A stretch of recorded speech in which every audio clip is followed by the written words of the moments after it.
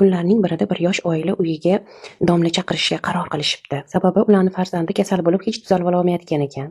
Uyning eshigi taqillab uyga domla kirib kelibdi va kirib kelishi bilan xudo bu nimasi deb hayratlanibdi. Sababi jinlar bu oilani o'zini oilasi bilan tinchini buzayotganini guvohi bo'libdi. Shunda domla erkak jinga savol beribdi: "Hoy jin, nima qilyapsan bu yerda? Nimaga bu oilani tinchini buzyapsan?" debdi. Shunda jin shunaqa javob beribdi: "Men oshxonada quvurning ichida oilam bilan dam olayotgan edim. Shunda birdan ustimizga qaynoq suv to'kildi. Hammamiz chetga qochishga urindik. Lekin bitta farzandim ulgurolmay qoldi va nobud bo'ldi" debdi. "Agar shu oila shu ishni qilishdan oldin bizani ogohlantirganida edi, meni farzandim tirik qolgan bo'lardi.